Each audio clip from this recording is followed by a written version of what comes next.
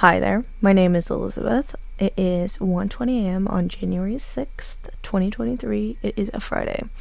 I have two jobs right now, and I'm going to have to wake up and work on one of them and then the other one at 12. So I have a busy night ahead of me, but I wanted to take tonight to finally do this video. I wrote the script for this in July,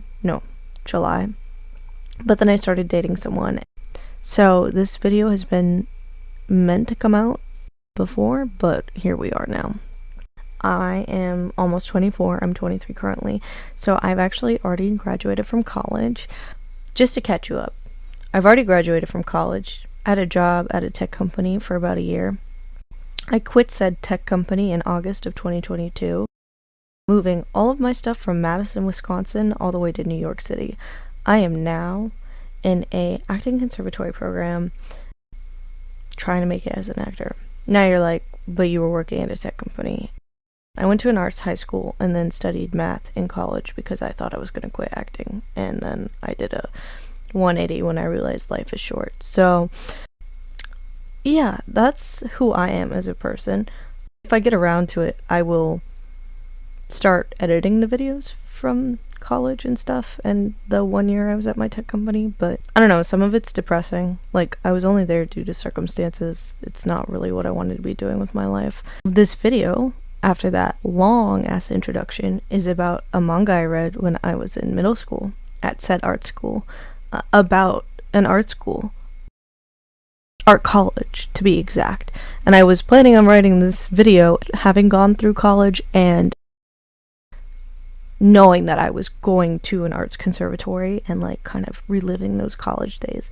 The piece of media in question is Honey to Clover. It left a huge impression on me, so I really wanted to see it from a more mature perspective. If you're not familiar, I'm going to be spoiling the whole thing. I'm going to be talking about it from my perspective as an acting student and as an art student in high school, so be warned. Please read Honey to Clover and form your own opinions, and then come back here and hear me talk about it a lot. So, the gist, if you've read and forgotten what it's about, it follows an apartment building composed of students close to an art school in Tokyo.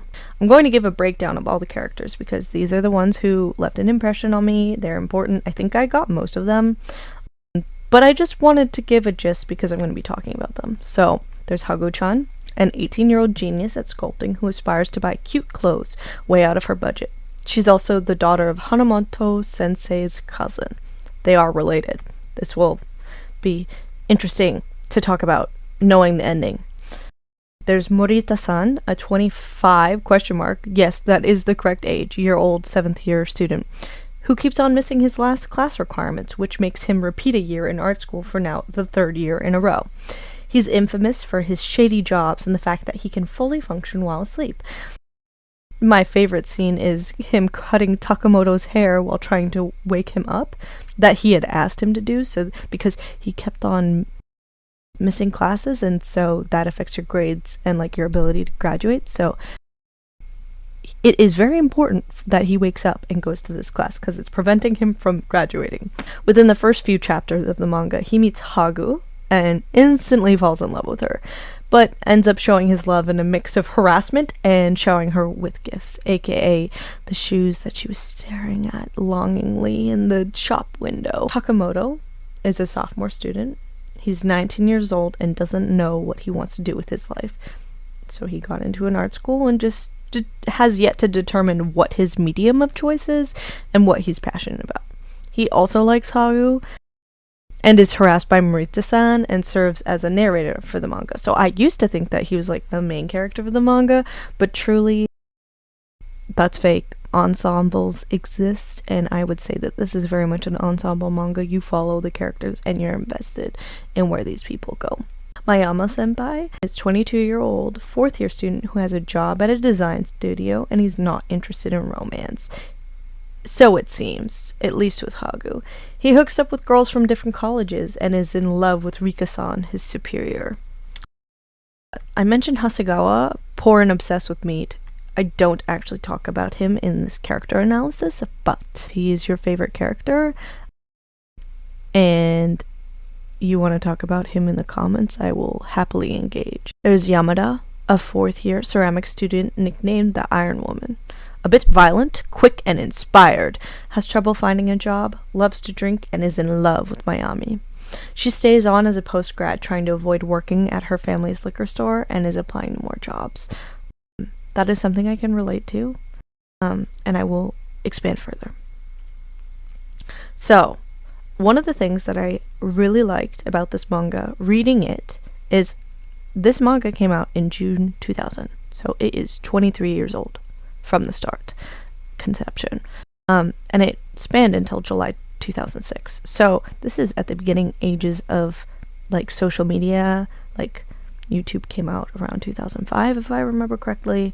So there isn't much social media, but the internet has existed for a while. But it deals with forward themes such as monetization of the internet, but in this case websites, and catering towards a niche following, and the profitability of catering towards a niche following, and the importance of keeping the privacy on the internet.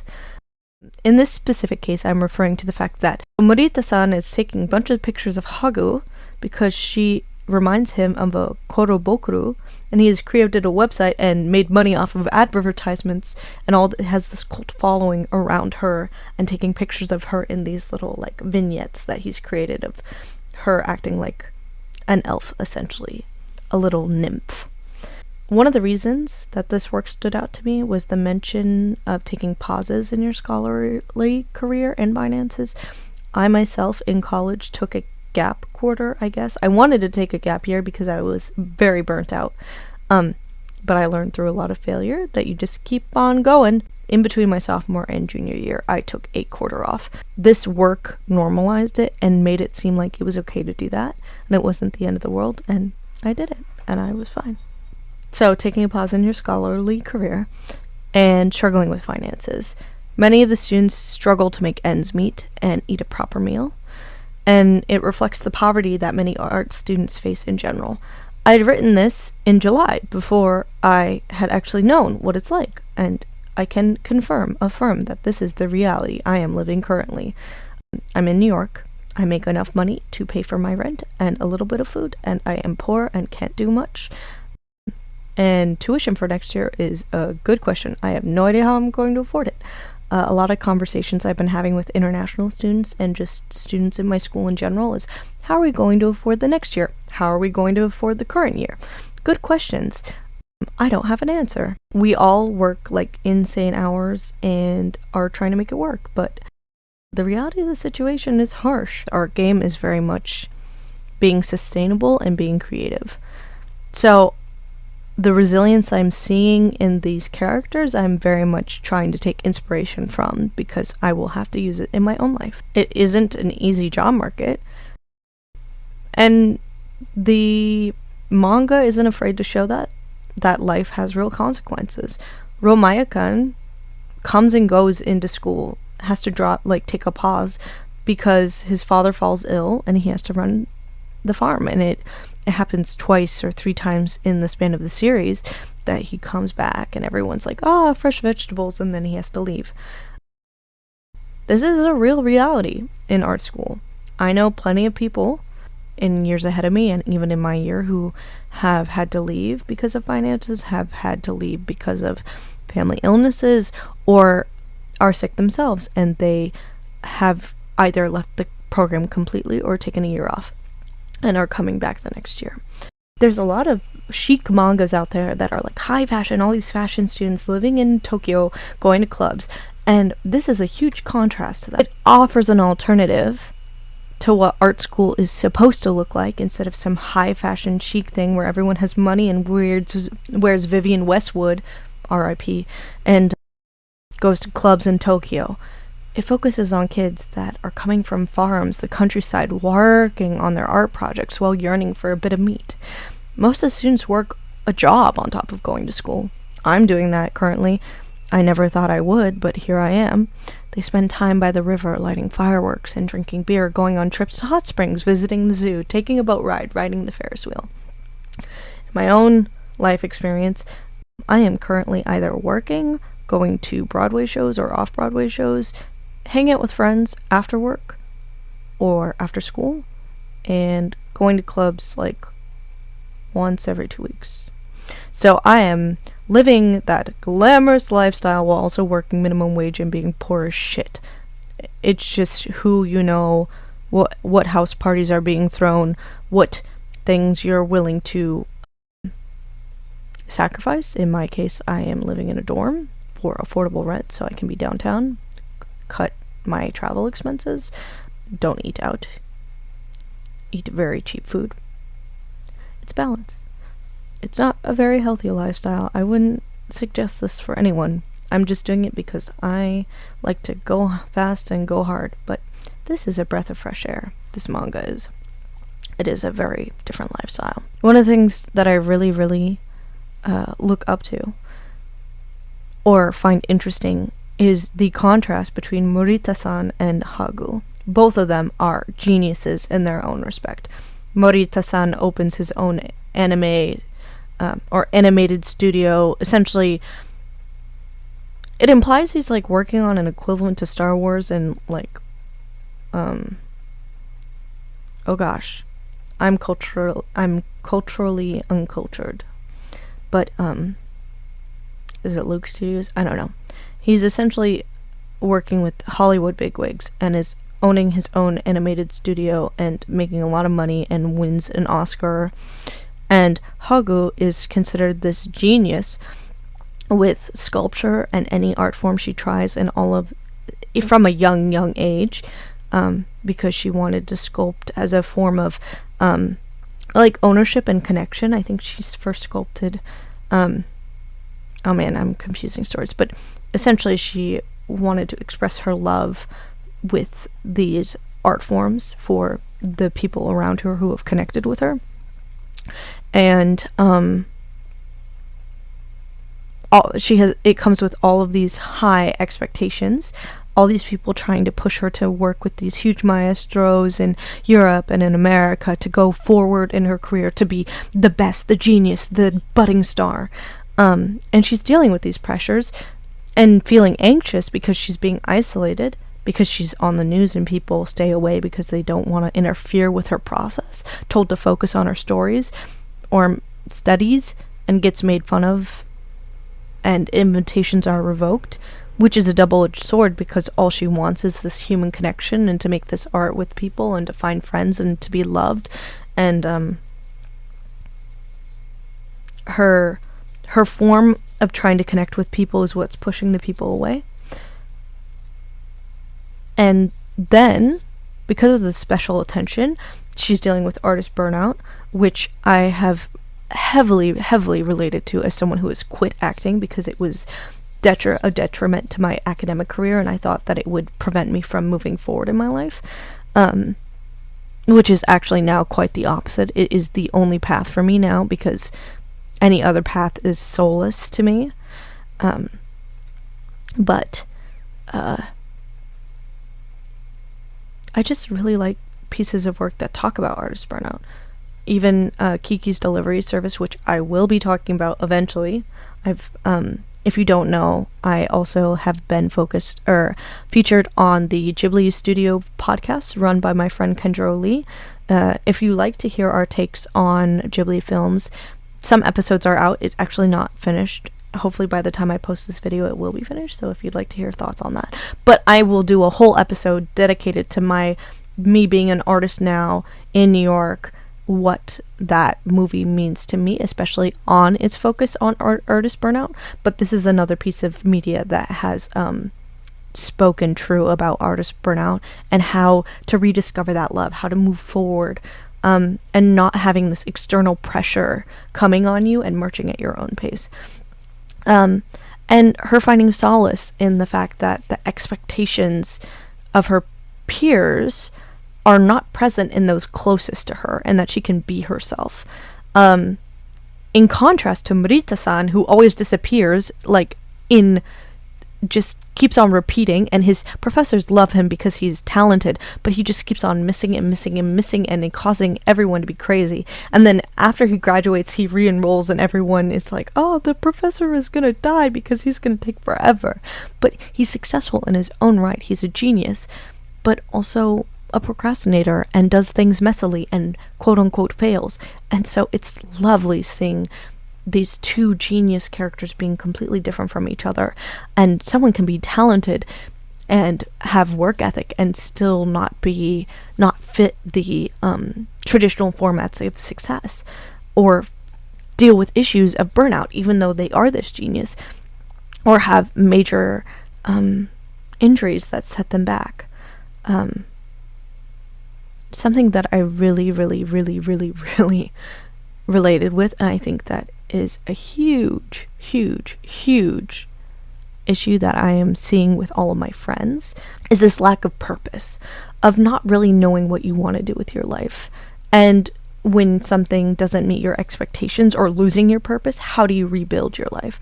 Takemoto, I feel like, is a wonderful example of this. He is working hard, he's gonna do the thing, he takes an extra year, graduates, and is like, oh, I don't have a job that I thought I was gonna have. He runs away. He literally goes on a bike ride to the countryside and is finding himself. And then through that, he finds what he really is meant to be doing, which is the restoration of temples. It's hard, at least for my case. Some of my friends have had the opposite of this, is they don't have a core passion that fuels them, so they feel lost. And in my case, I dedicated my life. Age 10, I decided I was going to act. And so I did everything in my free time to move forward in that goal. My goal for the longest time was to do my first professional show. Did that. When I finally did that. To get an agent. Did that. To break into the industry. Get steady work. I'm not there yet. But you dedicate your life to something for so long, and when you don't have it anymore, when it falls out of your grasp, when your life isn't going the way you think it is, when you feel like you're in a dead end, that it's never going to move forward, you lose your purpose. And for many, it will be once your studies are done and you graduate, you become aimless. That's how I was. I went to a tech company because I needed money, and I felt like there was no way out because there was no opportunities for me to leave. I auditioned for 50 schools and got rejected from all of them. I remember having phone conversations with family members saying, oh, I'm giving up. Like, this is the end. And then one person gives you an olive branch. One person helps you out. One person says yes. And then you can move forward, and it seems like it's the right path. But in the meantime, you're just so aimless and helpless and sad and depressed. And when I gave up on acting for like 3 years, from sophomore until senior year, because I wanted to focus on my studies, because it was the only time I was going to do academics, and if I fucked my academics over, I thought I would never have an adult job. I would never be employable. I didn't know what to do with myself. I'd see shows and be like yearning, like, I fucked up. I should be doing this. Kept on asking myself, what do I do next? You give yourself that space to see who you are outside of your art form or what you've dedicated yourself, and you realized you feel so empty. That thing that you thought was your thing, it was meant for you. I know people who've left their art because it wasn't what they wanted to do with their life. They were just filling time. But when you give out something that you truly think it is for you, it will haunt you. You'll think about it. You'll regret it. And then if you have those strong feelings about it, you're going to find a way back. You're going to dive deeply, full head force into it. That's what I'm doing now. My script is going in a different direction, but something I wanted to mention is I did say I went to a art school in middle and high school. I mentioned there was this Yamada-san, the Iron Lady. I really looked up to her. When I was in high school, I took ceramics classes and would spend all my time in the ceramic studio when I was depressed. I decided that I knew I wasn't going to be exactly like her, because I knew that theater was the thing that I was doing with my life, and I felt like I didn't have room to have other hobbies, or I do now, but like I couldn't dedicate myself to an art form completely if I knew I was going to dedicate myself elsewhere. You can't just like, if you spread yourself too thin, there isn't enough to go around, so you have to really focus and hone in. But the way that she was so resourceful and not wanting to give up the good thing, not wanting to move on, trying to avoid her fate, that's what it felt like for me. I was like, I feel like I'm forced down this path and I don't really want to go that path. So moving on from it and forging my own path. In her case, she creates pottery and sells it to accompany the liquor. So she is tying in both of her business senses. For me, it's working and realizing that I need to move forward and fully commit to something that's scary. But I really looked up to her, and although we are not exactly the same, I feel like we're on a similar boat.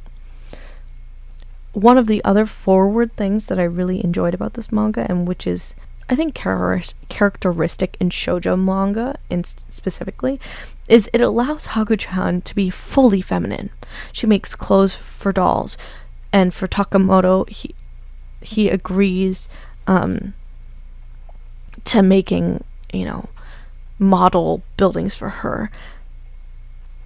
He thinks it's a little silly, but he still enjoys himself. There is no bashing towards the feminine, towards her passions, towards maybe her childishness, because she is young. It allows femininity to be present. And in the art world, there aren't many women who are allowed to who are allowed to exist to be feminine and also considered geniuses. Not saying that there weren't ever, it's just they're usually overshadowed by their relationship with men.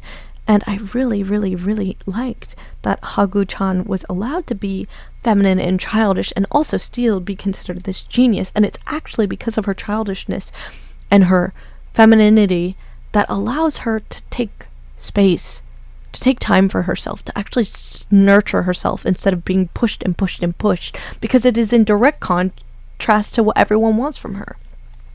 She is crying about the absence of her father figure, and oh my god, and she's like, it's saying that she misses her family, and I said, I can relate. I call my parents all the time when school's stressful.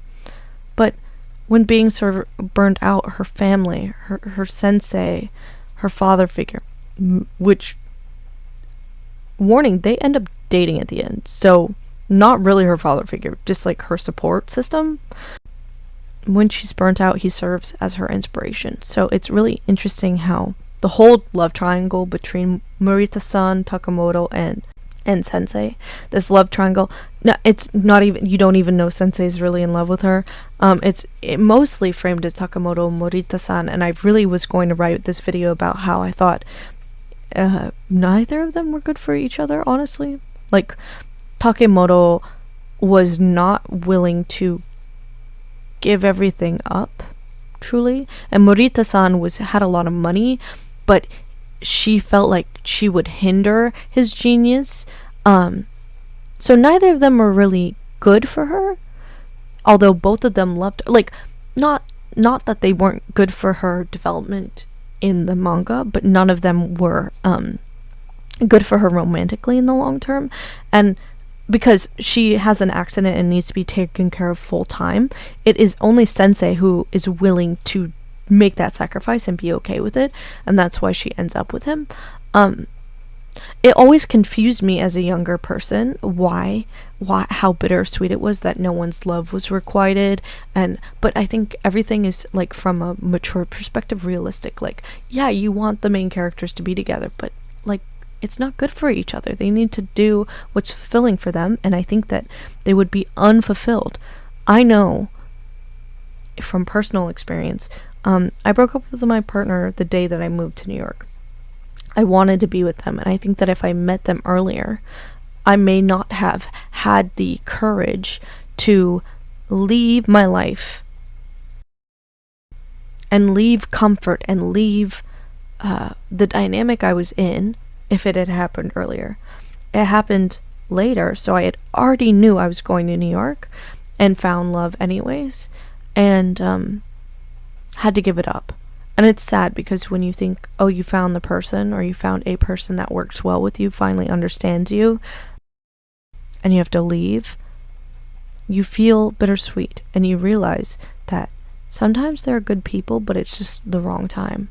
And many people liking other people who are either dead or unavailable.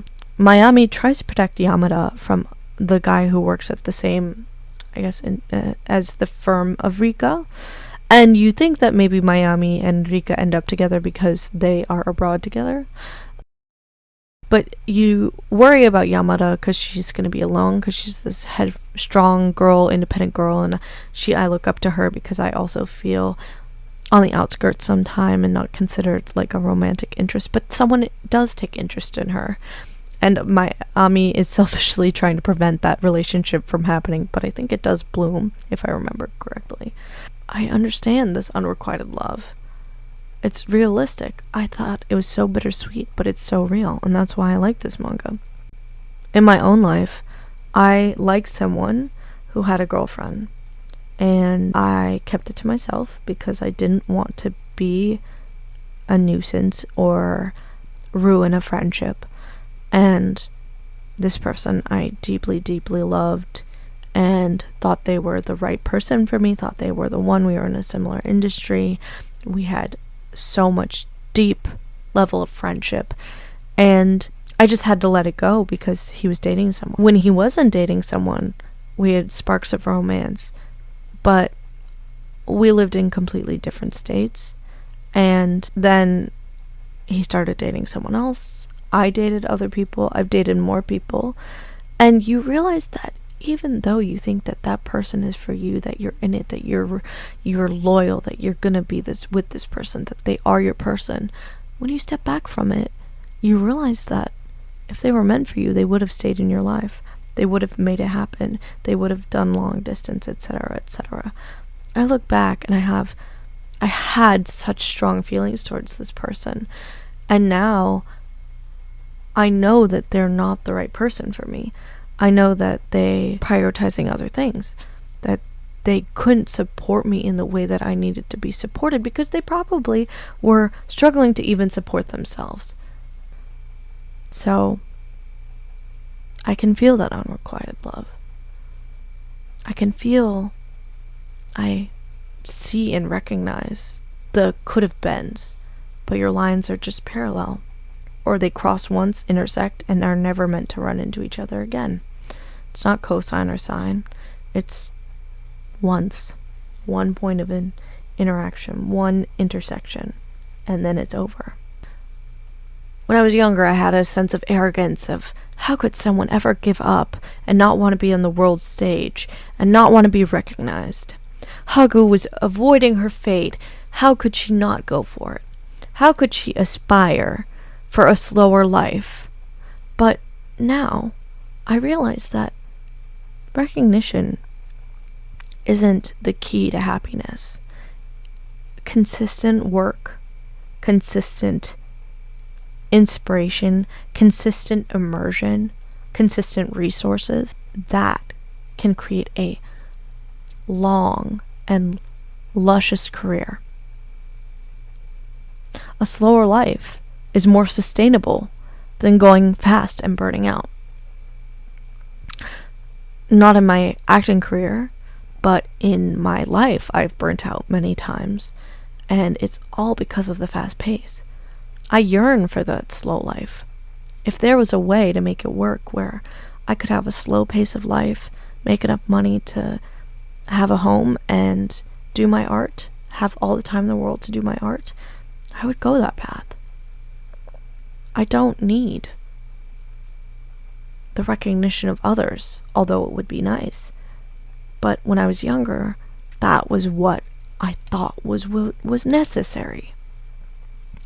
And so, younger me would scoff at Hagu's aspirations, maybe because I was a pick-me girl, but now I really respect and admire and aspire for her aspirations. I'm really glad to have reread this to have rediscovered this with a more mature lens, and just realizing that I've grown as a person. Like, to have held this to such high esteem as a younger person and finding it conflicting, and coming back to it with a more mature outlook and finding peace with it, and not being haunted by the choices, being disappointed by the choices, feeling bittersweet. It's not bittersweet.